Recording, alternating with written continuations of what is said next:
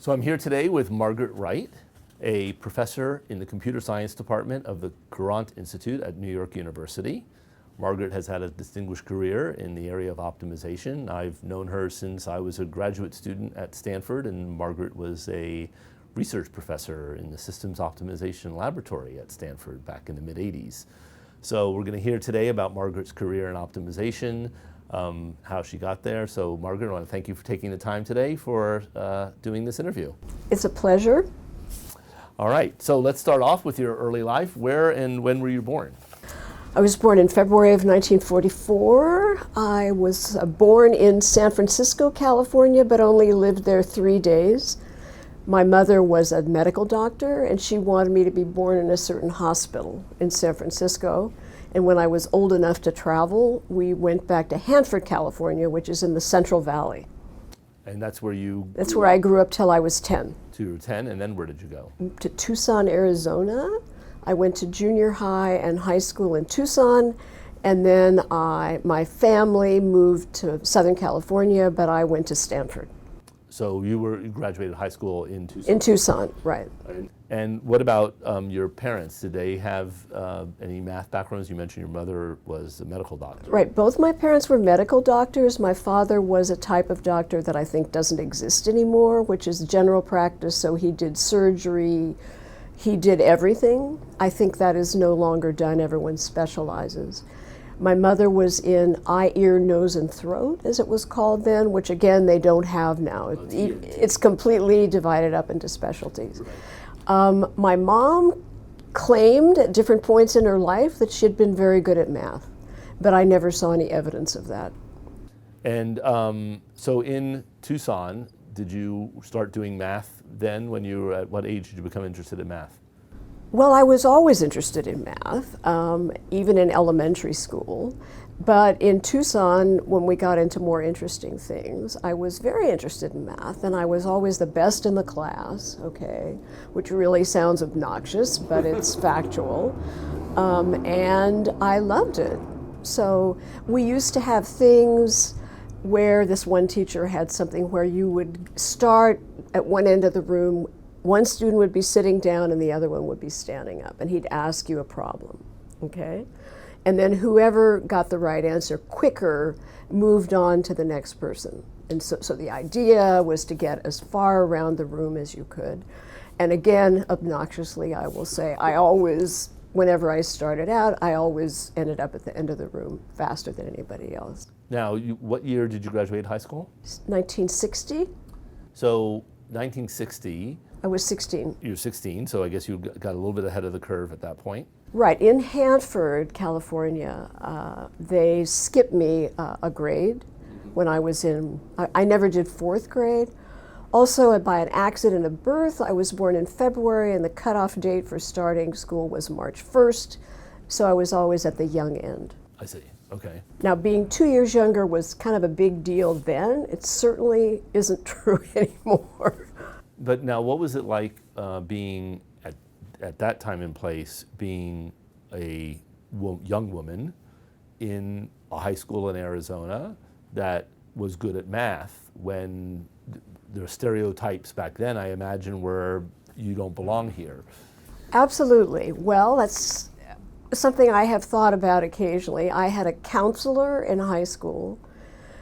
I told her I was interested in medicine. Both my parents were doctors, so that wasn't so surprising. And she said, maybe you could be a nurse. And I said, actually, I'd like to be a doctor. And she said, oh, well, are you sure you want to do that? Girls don't usually become doctors. And I said, my mom's a doctor. So there was that. But apart from her, she was a counselor. She should have known better. Yeah, for sure. But it was, the late 50s. Gradually, over time, became less interested in being a doctor and more interested in math. So what made you choose Stanford to go to school? Both my parents had gone to University of California at Berkeley. So there was a certain amount of family history that they said, well, you could go to Berkeley. And even though I was living in Arizona, UC had a rule that if you were the child of an alum, you could go in for in-state tuition, which was very cheap. So to be difficult, I said, I'd like to go to Stanford. One of my teachers in high school had gone to Mount Holyoke, another one had gone to Wellesley, and they were women's colleges. You know, women could not go to Harvard, Princeton, Yale, et cetera, et cetera. So I wanted to go to a famous school, a good school that admitted women. Stanford was one of the few, so I decided to apply to Stanford. And I got into various schools, but I decided I'll go to Stanford. And what I imagine you must have also applied to Berkeley as well. Oh, of course. Yeah. So what made you pick, I mean, I know there's always the Stanford-Cal rivalries, right? So what made you pick Stanford over Cal? I think part of it could have been a desire not to do just what my parents wanted. You know, they kept saying, oh, you should go to Berkeley. And I said, well, I don't know. Now, Stanford was considered expensive at the time. Right, it's a private school. Tuition was $1,000 for a year. But my parents could afford it. Right. So I thought, fine, I'll go to Stanford. Okay. It wasn't a well thought out, careful decision based on an analysis of the quality of the education. I see. And so when you got to Stanford, did you enroll immediately in math, or what area were you in? At Stanford, I had the experience which, as you know from your own experience, many smart kids have, which is they're the best in their high school. They get to Stanford or wherever, and suddenly everybody is just like them, was number one in their class. And it's a bit of a shock, but I absolutely wanted to take math, and I started off my freshman year with calculus, which is what you had to do then. I hadn't had calculus in high school. This is before they started teaching calculus to high school students. So yes, but what I also liked was French, and I also liked history and literature. But at Stanford, at that time, you didn't have to declare a major till your junior year. So I just thought I'll take the classes that I want and decide later. So that's what I did. But I always took enough math classes so I could finish a math major.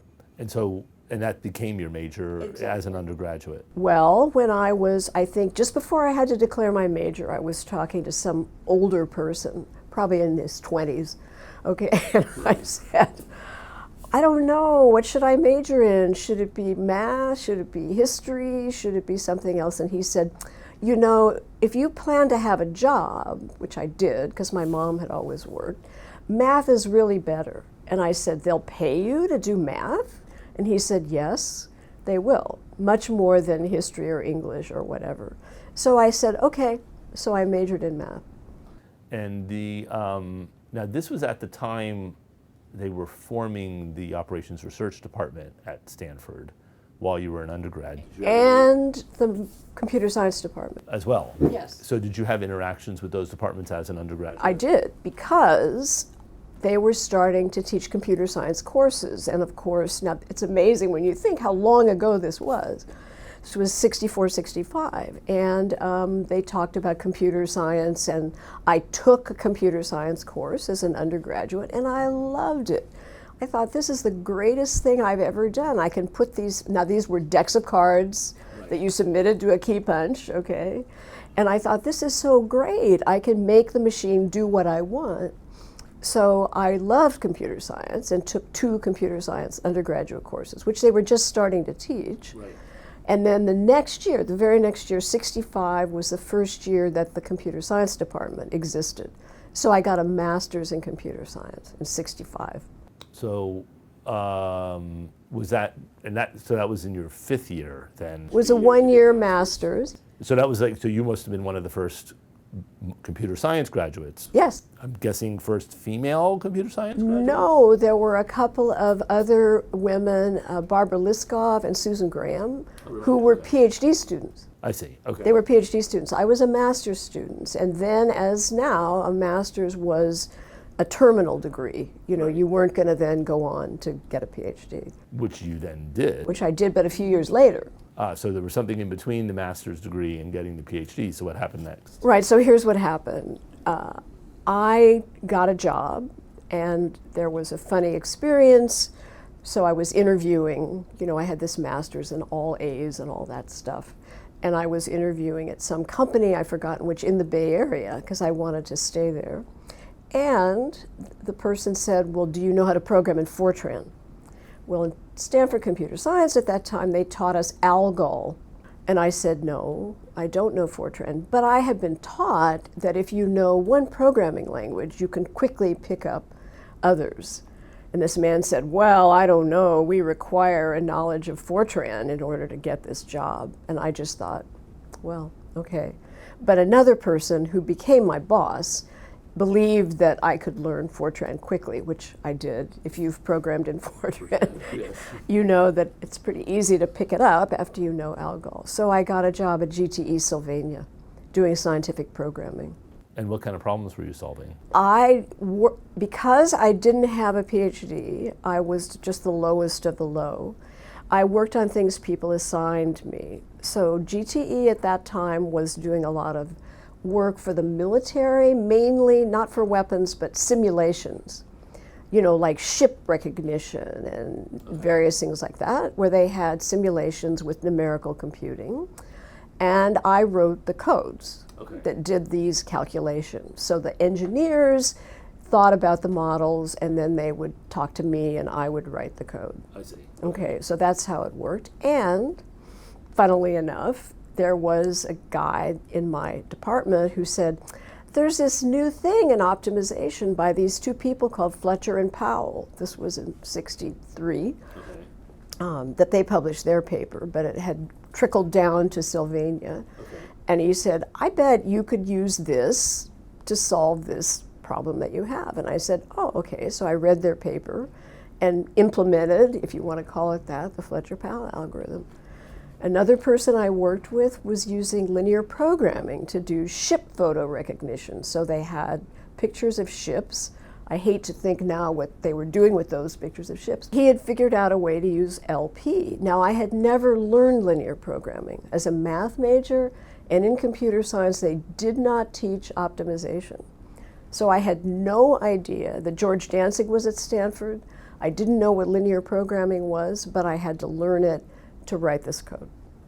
Another funny thing, which may come up later, is that it was legal at that time to discriminate against women in employment. In the newspapers, the classified ads would say jobs female, jobs male. The female jobs were often things like secretary, personal assistant, whatever. The male jobs were things like engineer, etc. And that was perfectly legal. That would never be allowed today, right? So, but then it was legal. So I discovered in some circuitous way, I've forgotten how, that these two guys in my department who had degrees from junior colleges, and they didn't really know any math. And they were kind of jerks, actually. And I found out that one of them earned 40% more than I did. I wasn't very happy about this, so I went to they called it personnel then, HR. Right. And I said, look, I earn 40% less than this guy. And she said, you're a woman, and we know you're not gonna have a long career, and this guy has a family and has to support them, so you're gonna get paid less. I wasn't too happy about that. Right. A few years later, the law changed. That point, and also because I was getting a little tired of having other people tell me what to do, I decided to go back to Stanford and get a PhD. So how many years were you at Sylvania? I was at Sylvania. I went to work there in '65, and I went back to graduate school in '71, so 6 years. 6 years, okay. And so you went back and you applied to the computer science department. Well, again, this is one of those things where I was lucky. I called the computer science department. I talked to the person who was deputy chair or whatever, and I said, I have a master's from your department, but now I'd like to come back and be a PhD student. He said, fine, that's fine. Now you see, this would never happen today, right? The PhD admission, it's a whole different thing. It's extremely, they'd never say, oh fine, you have a master's degree, you can be a PhD student, but that's what he said. So I said, oh great, so I'll go back and be a PhD student. So I did. And I didn't have to do anything. I never had to take the GREs, I never had to do anything. And was it then too when they would be allowing you to become a PhD student with financial support? No, because I mean, I could have paid my own tuition, But as it turned out, Gene Golub of the computer science department heard that I was interested in optimization, and he said, well, I have money, you can have an assistantship. So Gene actually supported me. Now, did you know Gene while you were an undergraduate student? No, but somehow I think I went to a talk at Stanford, and he always was very sociable and had little gatherings after the talk. And he said, well, who are you, kind of? And I introduced myself and explained what I did. And I said I was working on Fletcher Powell's method. And he said, oh, well, how are you updating the inverse? And of course, in the paper, they talk about just updating the inverse explicitly, which of course, now we say, no, you have to update a factorization. Right. Anyway, and he said, oh, maybe you'd like to come and give a talk in our department about what you're doing. And we were getting great results, so I thought, why not? So I went and gave a little talk in the computer science department. So now it's interesting that there was, by that point, the operations research department, and, right. I know Danzig there, Cottle was already there, probably I think Curtis Eves was probably there, I'm trying to think of who else, Hillier, Lieberman, so there was this established group, and yet you ended up, and Gene saying, oh, well, here, you can do optimization over here in computer science. So what was the nature of the relationships back then between work in optimization and computer science and whatever was happening over in the OR department? Well, I actually don't know, because later, when I was a PhD student, of course, I had to take a course in optimization, and I learned about linear programming, and people said, the father of linear programming is here at Stanford. But before that, I had not heard about it. To get a master's in computer science, I only had to take courses in computer science, like systems and Sure, but as a PhD student now, so you come back in '71, how was the relationship at that point in time? Well, as we have now here and many other places do, first-year PhD students have to get sort of a qualifying system out of the way. Mm-hmm. So I had to take a special course that was sort of creative thinking for computer science, taught by Bob Floyd. I had to pass an exam on systems, I had to pass an exam on compilers, I had to pass an exam on theory, and I had to pass an exam on AI. Okay. None of which were offered in the OR department. Right. So because it was a computer science degree, and I had to do all that to get admitted to candidacy, as they called it. Okay. So it was only later, my second year as a PhD student, that someone said, you can take these classes in the OR department. And Curtis Eves taught the linear programming one. George was on leave that year, I think, so I met Curtis. So I didn't actually meet George for a couple of years. I see, okay. And so you're in computer science, you studied under Gene Golub. I did. And your thesis was on? Well, this is another set of coincidences. Philip Gill, who worked at the National Physical Laboratory in England, had come to Stanford as a visitor, I think in '73. And he was a great guy, you know him. Yes. Then Gene invited Walter, who was Philip's colleague and also worked at the NPL, to come to Stanford for a whole quarter and teach a class. And I was his teaching assistant. So I was Walter's teaching assistant in basically numerical analysis, okay. Elementary numerical analysis. Okay. Okay, and Walter was deeply shocked by Stanford because in England, undergraduates are majoring in a specific topic, and they're at a pretty advanced level even when they start. So he was used to teaching UK undergraduates who already knew plenty of math. The students in elementary numerical analysis did not know plenty of math. Many of them barely knew what a derivative was. They didn't know linear algebra. So Walter would give these lectures, and the students would say, I don't know what that means. So I was the TA, and I was much more sympathetic to the students, I think it's fair to say. So they would come in and talk to me. I'd try to explain what things were. So it was probably good that I did this TAing, because I got to know Walter. And then when I finished, he was going back to England, and Jean said, do you think you might want to work with Walter on your thesis? And he said, if you think so, I'm going to just support you when you're in England working at the NPL. So I went to England, worked at the NPL, worked with Philip and Walter on nonlinear optimization. Right, and your thesis topic was?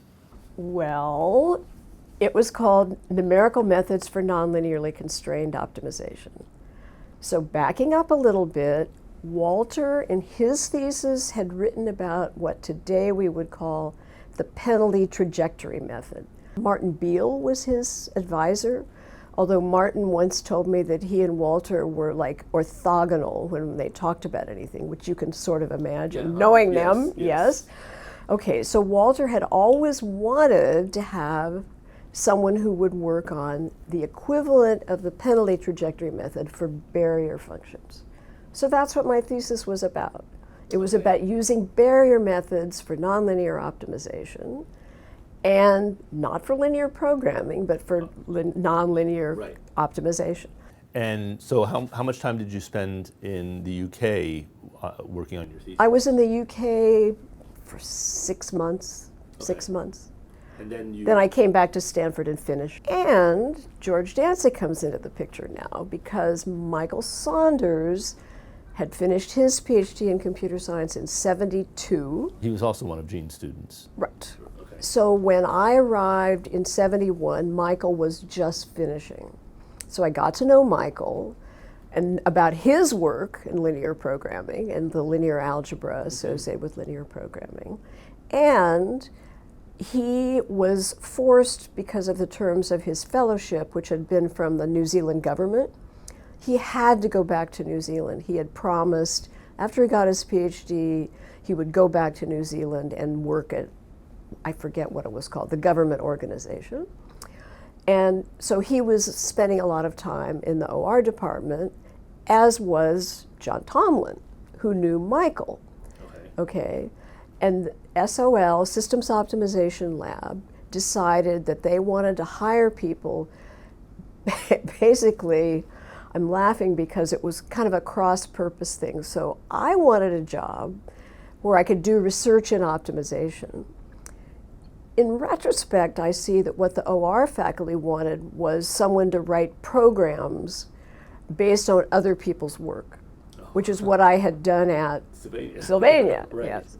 So I had an interview, and I remember one of the faculty members here would say, so we'll tell you about these methods and then you can write the code. And I said, well, that's really not what I have in mind.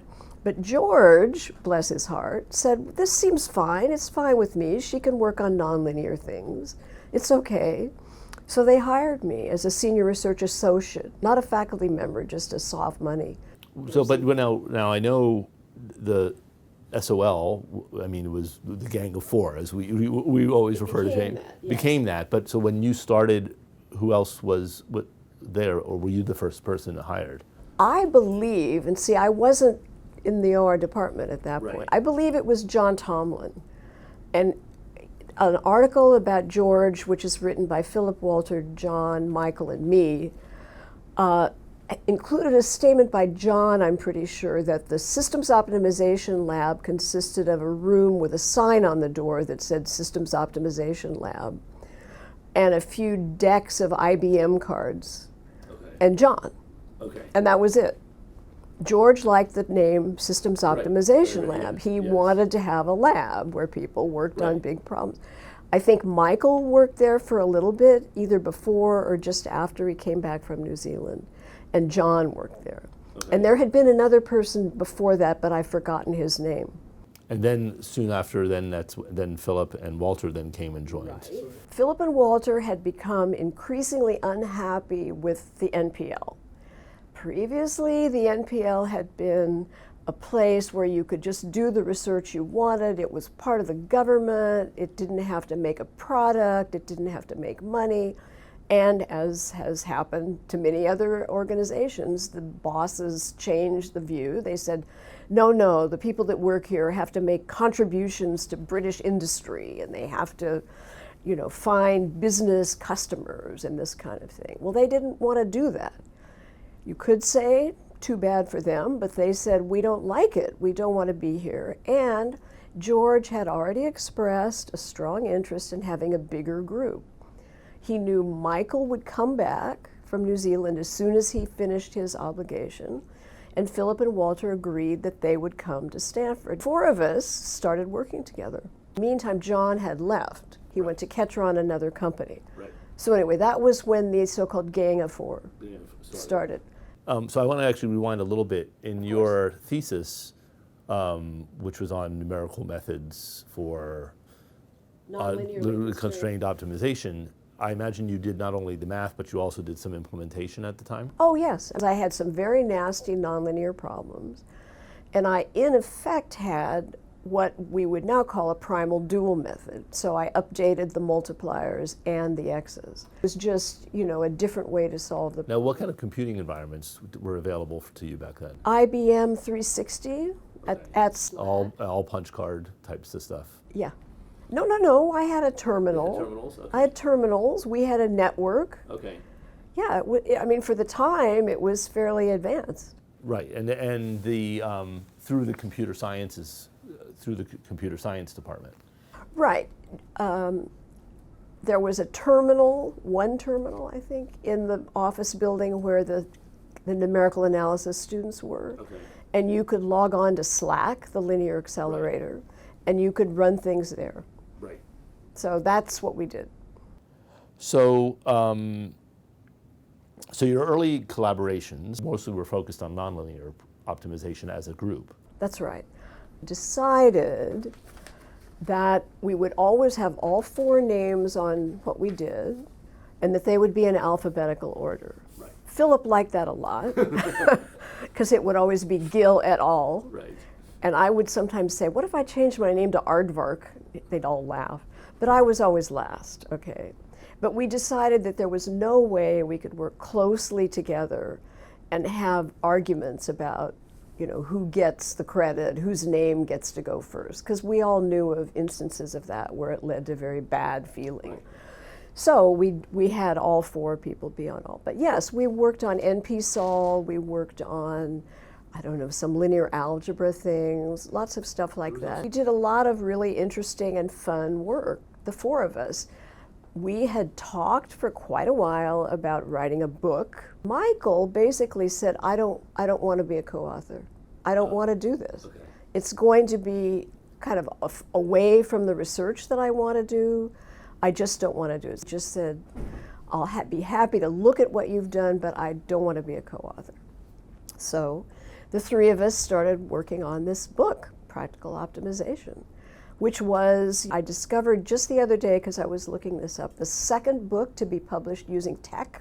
Yes, I saw, because I was looking at it before I came here, because it was published in 1981. Correct. And so that was TeX in its very early infancy. It was, and if you read some of the things Knuth wrote at the time, he talks about discovering these pages of beautiful mathematics, because there was a high quality printer called the Alpha Type, which did, 5,000 DPI or something, which we could use for the final pages, not in general. And that was us, that was our book. So that was really great to be able to do that. Well, it's a great story in the history of TeX, which amazingly now, so we're talking almost 40 years later, is still the basis of the standards for people writing in all forms of mathematics. That's right. It's fascinating. And I had taken a class from Knuth when I was a master's student. Oh, right. So I actually knew him in a sense. Right. But the TeX thing was just, we heard about it and we thought, okay, let's do this. The publisher, which was Academic Press at the time, we talked to them and they said, if you'll give us the, camera-ready copy, we'll take it. And there it was, yeah, exactly, that's right. That's great. So while at Stanford, while I was there as a graduate student, the Karmarkar thing happened, which brought back barrier methods, which is obviously became the connection to your work that was done when you were a PhD student. Yes. So why don't you tell our audience a little bit of the stories of how that discovery came about, where you made the connection between what Karmarkar had done and barrier methods? Okay, so I'll go back before that to Kachin. Okay. That was 79. Right. So Kachin, there'd been this open problem, is there a polynomial time algorithm for linear programming? People knew about the Klee-Minty example, so the simplex method could be exponential time in the worst case. So people were really spending time on finding a polynomial time algorithm for linear programming. Kachin's method made the front page of the New York Times, saying Soviet mathematician, solves important problems. That was right in the middle of the Cold War. Right. Russia was our enemy. The Soviet Union was our enemy. And the article, when I teach about linear programming, I give a copy of that article because it's full of mistakes. Oh, sure. It says that this will allow the Russians to break our codes. Reporters were calling us, and they wanted to call George, but he, of course, did not want to talk to them. I remember a conversation with a reporter where the person, and he said, okay, I have to write this story. Can you just tell me what polynomial time means? And I said, do you know what a polynomial is? He said, no. I said, okay, x squared, and I started, and he said, I can't understand this. I can't understand this. Doesn't it just mean really, really fast? And I said, no, it does not just mean really, really fast. So huge publicity. So I think we and other groups, I'm not positive who did this, decide to test Kachin's method. So we'd take some linear programs, we would run Kachin's method. And it was always in our examples, way slower than the simplex method. I mean, way slower. It was not even a contender. Right. So we didn't ever write a paper about this. In retrospect, I wish we had, because we had lots of numerical results about it.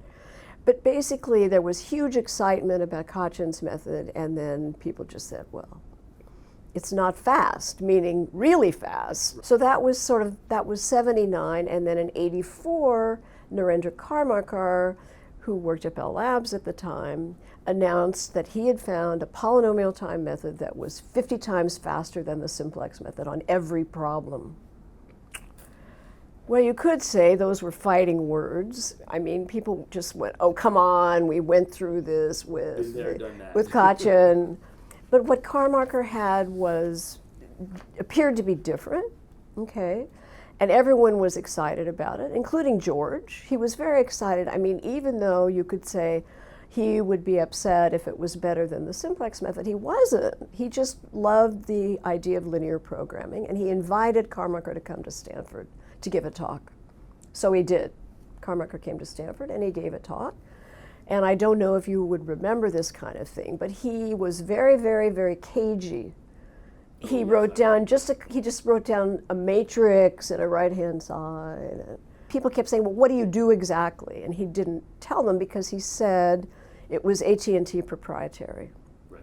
And that he wasn't allowed to talk about the details. But he did write down an equation which had the form of a diagonal matrix with 1 over the square of the constraints. Okay? Now, we've talked about this, the group. We were sitting around listening to Karmarkar, and from that conversation emerged this looks like the equations in a barrier method. Now, I have asserted that since my thesis was about barrier methods, I'm the one that said it. Walter says, yeah, but I was your advisor. I think Michael said, no, I knew about it. Philip knew about it. So what was interesting was if Karmarkar's thing had happened a few years later, I'm not sure there would have been anybody who really knew about barrier methods, except maybe Fiacco McCormick. Right. But we all did. Right. So then we thought, well, maybe Karmarkar's method has some connection with the barrier method.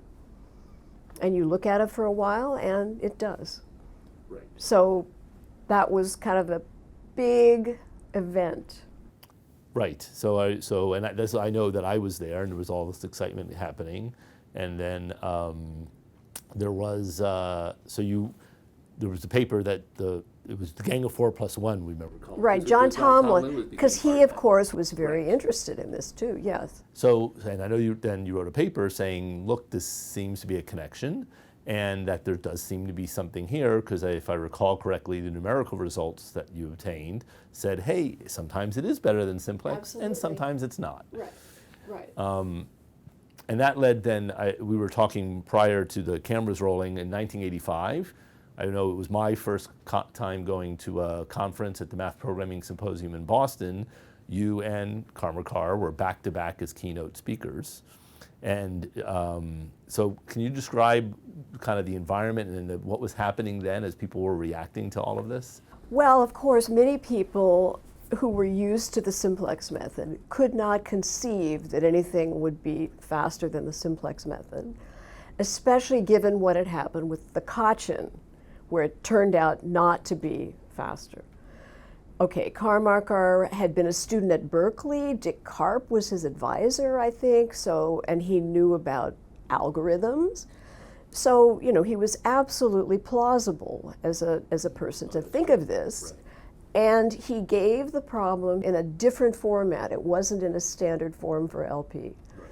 So what had happened with us in the meantime, was to put it into a standard form and then try to figure out what it was doing, okay? So there was going to be this math programming meeting in 1985, and one of the big things that was happening was, is there a polynomial time algorithm that's faster than the simplex method? Is it Karmarkar's method? Okay, so originally Walter was asked to give that talk. And then at the last minute, I've even forgotten what happened, but he didn't go. So I got chosen to give the talk. Okay. So the group of us sat around and worried, and what should we say? And we knew it was going to be very competitive. People were already saying they had found a better way to do this, blah, blah, blah, blah, blah. Anyway, I gave that talk. It seemed to me I gave the theorem showing there was equivalence. You had to choose the barrier parameter in a certain way, but the steps were identical. And then I gave our numerical results. I'd say half the audience was interested in the theory, half was interested in the numerical results. Okay, so we did both. And after my talk, where there was kind of an uproar, I would say, this pretty well-known person, who's a friend of mine, came up to me and said, "This is terrible, this is terrible." And I said, what do you mean it's terrible? And he said, "This can't be right, this can't be right." And I said, "It's a theorem. You saw the proof. It's a theorem. We're mathematicians. It's a theorem. Theorems are true." He said, it's terrible. I can't stand it. It can't be right." So that people got really worked up about it, really worked up about it. I think people who had thought this was a fundamental breakthrough, never seen before on the planet, were upset because if you say this is a barrier method from the late 60s, look at the Fiacco and McCormick book, That's right. It kind of shatters that idea. Right, right. And I know there's stories that I could tell about all of that happened when AT&T, and I think in Dave Shano's interview, we talked about some of the stuff that AT&T was doing. And when we said, well, Dave said, but it was sumped, and there's a code, and it works. Right. And but nobody's used it to solve linear programs, Right. but if you did, it would be a barrier method. Right, that was one of the things. My thesis was about barrier methods, but no one would have ever thought of using a barrier method for linear programming. That's right. It was the simplex mindset, which I think we all have to keep in mind, that something can come along and overturn conventional wisdom, right? Maybe we should try this for this crazy thing and see if it works. Sometimes it won't work, of course. Sometimes it might work. Well, I know there was a paper that you wrote around 2004 or something that talked about the interior point revolution and how it's changed, in some sense, changes the pedagogy. Right. Because now we can't just teach linear programming about using the simplex method, we have to think about interior methods at the same time, Right. which brings a whole different mindset to the problem. It makes it much harder. I mean, speaking now, because I remember I didn't teach, and people would say, oh, now we have to teach them about Newton's method and we have to teach the system. And I said, well, they should know it, really righteously. Now that I'm teaching about it, I think I have to teach them about, you have to teach about Newton's method, so you have to teach about derivatives, so you have to have matrices, so. Yes. So I have much more sympathy with that, but it's true, you can't just teach the simplex method anymore. So shortly after that time, I think around 1988, you left Stanford and went to Bell Labs. Correct.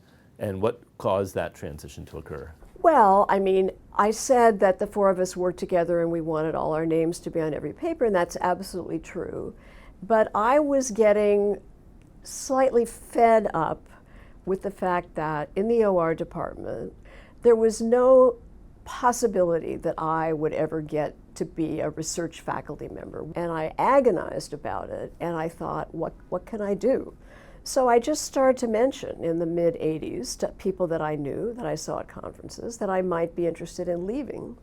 And some of them followed up on it. In particular, Norm Schreier of Bell Labs called me up and he said, would you like to come to Bell Labs? You could work in the Computer Science Center. And there were a few universities that were also interested. And even though I hated to do it, because we had had such a long run, Right. and work so closely together, but I just thought, in 20 years, am I still going to be here as a research associate? And it just, and you were talking earlier about control, and I think you want to have some control over your career. I see. It was way before departments might have thought, oh, this is a woman, maybe we should give her, some thought. No, no. That's right, because I think all the faculty in the OR department at that one was all male. Yes, definitely. Yeah. I could have gone to the University of Wisconsin, and Bell Labs was my other choice. I visited both places. That was a terrible time for me. I felt I was betraying my friends by leaving, that I didn't know whether I would like Bell Labs. I didn't know whether I would like being a professor, but I ended up choosing Bell Labs. And what a good decision that was. And why do you say that? Because I think Bell Labs is unique in the history of science, which of course I didn't know then. And it's probably won't be seen again, a big company setting up a research lab where they just say, do good work and that's it. You don't have to work on products, you don't have to work on making money, you just do good work. Right, and the structure at Bell Labs at that time was, you can work, it doesn't have to be work that's connected with the business. Absolutely. You could do whatever you wanted. Right, right. When I talked to Norm, who was my boss, he said, what we care about is that you do good work. Now he said, it's judged by academic standards. Do you publish papers? Do you give talks? Do you do that? Right. But it doesn't have to be connected with the company. We like it if what you do is connected with the company. If someone comes by and asks you about something, you help them. But he said, you don't have to do that. So were there people that you were collaborating with at the time that were at Bell Labs, or were your collaborations still happening? Well, because we wrote a second book, Philip Walter and I, a name which we regret, Numerical Linear Algebra and Optimization, Volume 1. Right, I was going to ask you yes, about that. because as we worked on it, it became very clear that I would be leaving to go to Bell Labs before the whole thing was finished. Right. And so I don't remember which of us thought of this. Someone said, let's just put Volume 1, and then we can finish later. Well, of course we didn't. The Volume 2 never came out. Well, it is sad. Bell Labs let me wait for almost 2 years from my first interview to finally going there. So when you went to Bell Labs, then were there people at Bell Labs that you were collaborating with that were at the labs? David Gay was one. He was right across the hall from me, author of Ample. Right. Right. And Linda Kaufman, who was another person who had been a PhD student at Stanford. And I met Bob Vanderby. I mean, but there was not much in optimization. And how did it feel for you to be now doing things on your own? Wonderful. Well, no, I mean, it was, I am written that it was paradise to be at Bell Labs. At Stanford, we were on soft money. You've Right. been on that Yes. path. Every time you wanted to buy a pad of paper, you had to say which grant was paying for it. Right. Which grant is paying for these phone calls? So when I got to Bell Labs, I said, okay, who's going to pay for when I go to trips, I give talks? And Norm said, we pay for you, your salary, we pay for whatever you need. So go ahead, take trips, have visitors, it's fine. I thought, wow.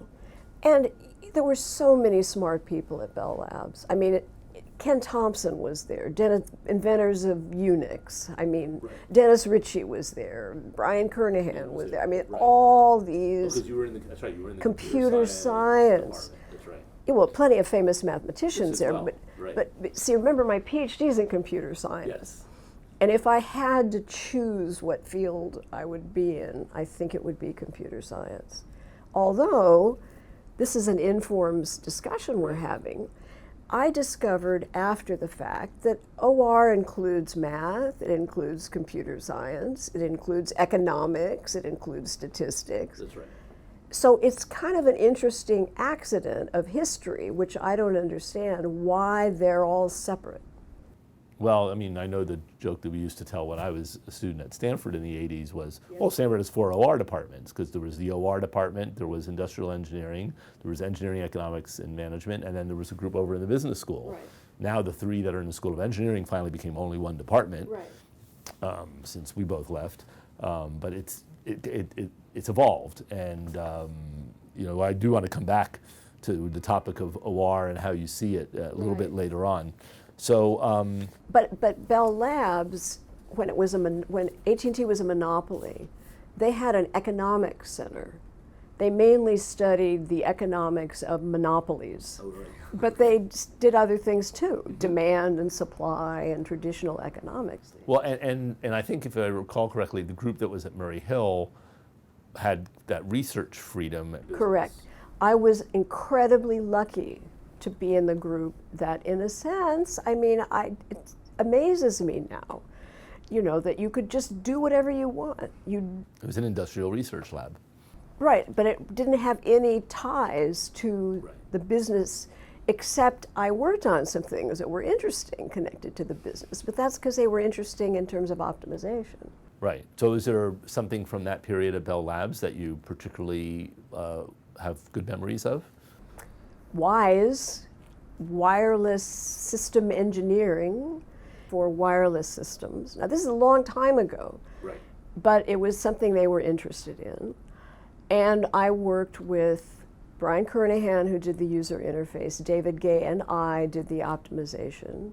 Steve Fortune did the computational geometry because it modeled rays in buildings, you know, reflecting and moving around the building.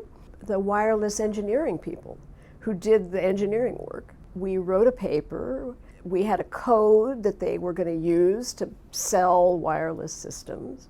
It was great. And I learned about wireless engineering, which I never would have done before. We had a lot of fun, a lot of fun. Do you think that any of that work that you did then has had an influence on wireless technology today? I believe it has, of course, gone way beyond it. They went and did something that was outdoor, for outdoor wireless systems. We're working on it, and the company people said, we have to have a cute name for this. We have to have a cute name for this product. So one guy said, I'm going to think of cute animals.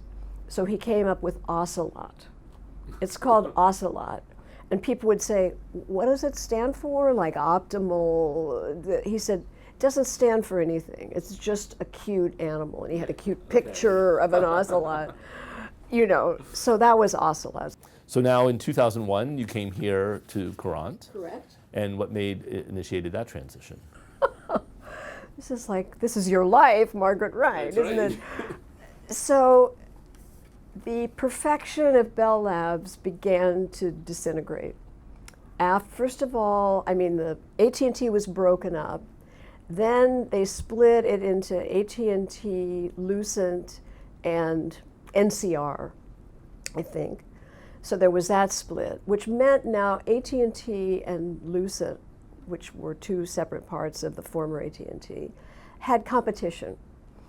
So there was an agonizing time, I will never forget these conversations, where we were supposed to choose whether we wanted to go to AT&T or Lucent. You know, they were going to split research, and everybody in my center, computer science, we had this incredible camaraderie and feeling of we all wanted to be together. And some people said, well, then you should really be together. Others said, no, what you do is more like math.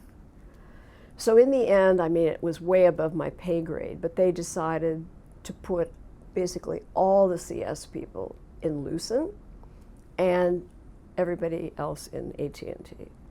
So it was And I think in one of the Bell Labs. and Lucent took over the facility in Murray Hill. Correct. And I think then AT&T took the facility in Homedale. Right, and one in Florham Park, Okay. which was new. Okay. Okay, so we were all going to stay together, but it was just agonizing, really agonizing. And more important probably was the tenor of the place seemed to change. It was, you have to work on things connected with business. You know, we're going to count how much vacation do you get a year? I mean, when do you come in? There's nothing wrong with a corporate environment if that's what you want.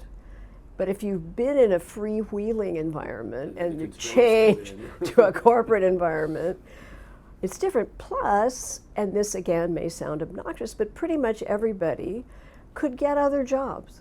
Universities were eager to hire people. So the universities in this geographic area got a lot of Bell Labs people who wanted to stay in the area, but they didn't want to be in the new environment. So there was just this agonizing period of about a year, I would say, where people didn't know what to do. And finally, there was a moment when Brian Kernighan, one of the great figures in computer science, said, I'm going to be a faculty member at Princeton.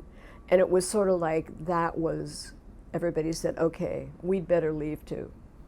You know, because Brian was a foundation of the old Computer Science Center. And just at that moment, the director of the Courant Institute phoned me up. I was in touch with Michael, of course.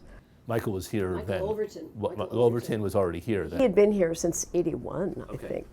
So he knew I had been agonizing about this and what to do. And the director of the Courant Institute phoned me and said, we're looking for a chair of the computer science department. Are you interested? Well, I wasn't really interested in being chair of the computer science department. I'd been a department head at Bell Labs for 3 years, and management is not my favorite thing. But I thought I should go and see what they have to say. I mean, Courant Institute is a famous place. Right. I know people there. So I did, and here I am. So there was not a matter of you, like when you went from Stanford to Bell Labs and you said you visited there, you visited Wisconsin. Here you said you got the call from Courant, you came over and you said, hey, this. I interviewed at a few other universities. I figured if I'm going to leave Bell Labs, which is a torture for me to do, and go somewhere, is Courant the best place? So there were a number of other options that I had. And again, the usual agonizing, know what I mean? Yes. And people always say it's a tough choice, but I tend to think if a choice is tough, it's got to have these ingredients. You're really torn. You know, if it were obvious which one was optimum, you'd just do it. Now, how was it that you also were moving from being at Stanford, being a research associate, not teaching? You weren't teaching when at Bell Labs. Right. And now you were coming into a teaching environment. How were you thinking about that form of the transition, part of the transition? So when I was at Stanford in the OR department, I taught a few advanced optimization classes, actually. The very first time, right after I finished my PhD, I taught the elementary numerical analysis course because the computer science department needed someone to do that. When I was at Bell Labs, I taught twice, I guess, at Princeton. Oh, really? Okay. So I had some experience with teaching, and I knew that it wasn't always fun. But on the other hand, you get to see the friendly, eager faces of all the students that are really interested in what you want to teach, ha ha ha. So, but I was going to be chair of the department here, and that was the part that I think, in retrospect, worried me the most, because I had heard stories about people from research labs going to academic environments in administrative positions and having a lot of trouble. So a very well-known guy at Bell Labs had taken an academic job in New York as chair of the department. At Bell Labs, if the director had a meeting, you would go. I mean, Bell Labs had a lot of people who were kind of wild and didn't obey orders. If the director said, I'm having this meeting, you'd go to the meeting. If the director made a speech during the meeting, you'd listen. Okay, so this guy went to a university, not here, and called a meeting, and I guess half the people didn't come, half the people were late, and they would pay no attention to him. And he was used to, this other environment. And the first thing I went to at NYU, a welcome to new faculty or something, we were all standing. It was a big meeting. It wasn't just in Quran. It was all the new faculty. We were all standing around, and the president of the university was going to make a speech. Half the people just kept right on talking. And I thought, God, if the president of Bell Labs had been giving a talk at Bell Labs, you would be quiet and pay attention. Right. So I thought, okay, it's a little different environment. There's much less hierarchy. So I know also you spent a lot of time giving service to the profession at large. I mean, I know probably the majority of it with SIAM, I think. Right. So can you speak about some of the things that you've done? I think you were president of SIAM for a bit, that you're proud of accomplishments in that role? Well, it's hard to talk about this in a sense objectively, because some people, and you know this very well, are really good on committees and others are terrible. Sometimes you meet someone and you think, if I'm on a committee with you, I want to be against whatever you're proposing. And also, we have to be frank about this. I think more and more and more people that make up committees are thinking of, we'd better get a woman. We'd better have a woman, especially in math, computer science, right. OR, whatever. Right. All right? I mean, I know that that's true. I think it's good that they're paying attention to that. Because once there was a SIAM meeting on optimization, and I got a phone call from a really great guy, and he said, hi, we would like you to be on the organizing committee of this meeting. And I thought, oh, this is nice. And then he said, I have to tell you, we've already chosen all the invited speakers, we've already defined the themes of the meeting, and we've already organized all the mini symposia. And I said, well, what exactly would I do? Right. And he said, well, we'd want to hear your opinion. I said, but you've made all the decisions, haven't you? And he said, right. I said, no thanks. And I thought, okay. So I think that was gradually changing. And I was on the SIAM Council. And when I ran for the SIAM Council, a very well-known guy was talking to me about why I should do this. And he said, well, you know that in SIAM we always try to have two candidates that are both strong, so there won't be sort of a setup and then someone right. No one's ever heard of. He said, but unfortunately in this case, you're going to be the sacrificial lamb. Because there was a pretty well-known person running. And I thought about it and I said, fine, it's okay. Well, I won. I thought, ha, sacrificial lamb, eh? I advise young women who are facing this issue where they go to a university, they're the only woman in their department, and they want them to be on every committee. They'll say, will you be on the university committee for this? Will you be? Because they want to then say, oh, look, we have a woman. So I say, you should only do it if it's going to benefit you. Do not do it just to be a good person, because, which has happened many times, then that young woman comes up for tenure and people say, well, she didn't write any papers. She was just on all she was on all those committees. So I say, if you don't think you're going to get anything out of it, do it. Don't do it. And don't feel bad about it. You know, there's a stereotype, which is often true, that women feel they have to be the goody two-shoes, and you know, your chair says, oh, please, please, please, won't you be on this committee? And you have to be a little heartless and just say no. So, you know, you were one of the early women in computer science. Right. Getting a degree from Stanford in the mid-'60s, and now we're almost 50 years later. I know, scary. Scary, isn't it, right? What changes do you think you've seen in the course? I mean, you mentioned earlier, obviously, the equal pay aspect, but that was early on. But what changes have you seen in terms of how women are being treated in, I'll say STEM in general, right? Not just in computer science, OR, math, or what have you, over the course of your career? I think there's a lot of talk about it. I think there's much less action than there should be. I think that there are numerous examples, I won't list them, where there's, say, a big important conference in optimization, and you look at the list of speakers, and there's maybe one woman and 20 men. And you look at the organizing committee, and there are 40 men and one woman. I mean, you know, I think this is 2019. Think of the optics of this. You know, this is a big field. I can name plenty of people, right, but I think it's hard to change that. I think you have to deliberately think about it and not just say, let's pick the best people in this area who all are the people I happen to know and are my buddies. Right. You know, it's hard to I understand it's hard to change that. But I think if you don't start saying, are there any women in this field? Would they be any good? Maybe they could talk about a different topic than the one we've got in mind. And I think there's less of that than there should be. Things are way better. At the, I was just at the ISIAM, International Congress for Industrial and Applied Math in Valencia, Spain. And the two women that are running that organization are women. Right. And they had plenty of women speakers. And I thought, okay, this is, you know, it's an example. So it's getting better, but it's still not perfect. I think you've read this a million times. Overt sexism is much less. People no longer say, as they said to me when I went to Sylvania, do you know what a cosine is? I thought, right. Cosine.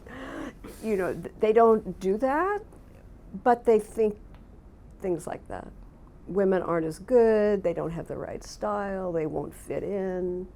So are there things that you've done here to try to encourage more women being in computer science or in Courant?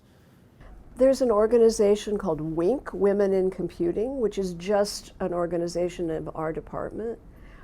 They've collaborated with, it's a group at Princeton, I forget, SEAS, Women in Science and Engineering, SWE maybe, I forget. Okay.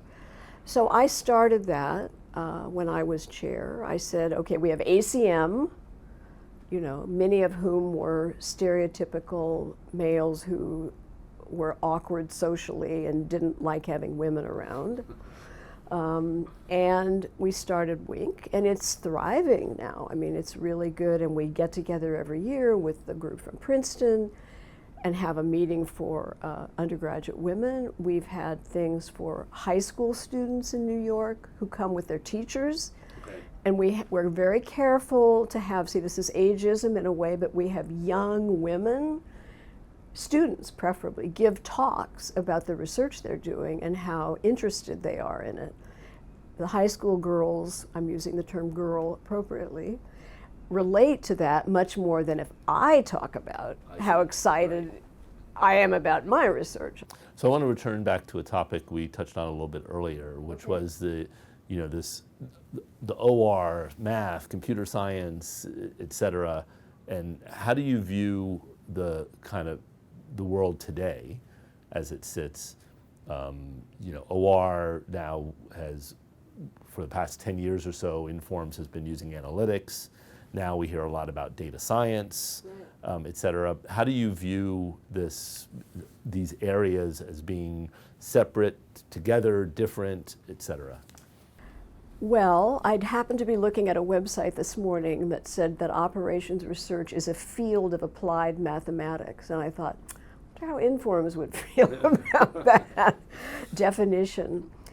I think ideally, and it's kind of, I'm an example of someone who's worked in what could be called math, computer science, OR, and maybe statistics. I was in academia, which is now 30 years ago. You know, we were publishing all over the place. There were Informs journals, there was math programming. I think, you know, the key paper that I wrote with Dave Shannon and Roy Marston was in linear algebra and its applications, because they did a special issue about interior point methods. Right. So, So that's good, but I think that the field is becoming more diverse, but also more fragmented. yeah, I agree. So So what would you view as your main contributions to the field? I could say OR, optimization is probably the right place to place you. Computer science, I'm not sure, but I think optimization is probably the right place. right. So I would say the work on barrier methods. I mean, I actually liked my thesis a lot. The stuff about Carmichael's method and what we showed, the equivalence and all that. And then because of the WISE work, I got interested in optimization without derivatives. Anyway, well, I want to thank you for your time again, Margaret. This has been a fascinating discussion, and so thank you for your time in doing this. Well, thank you for talking to me.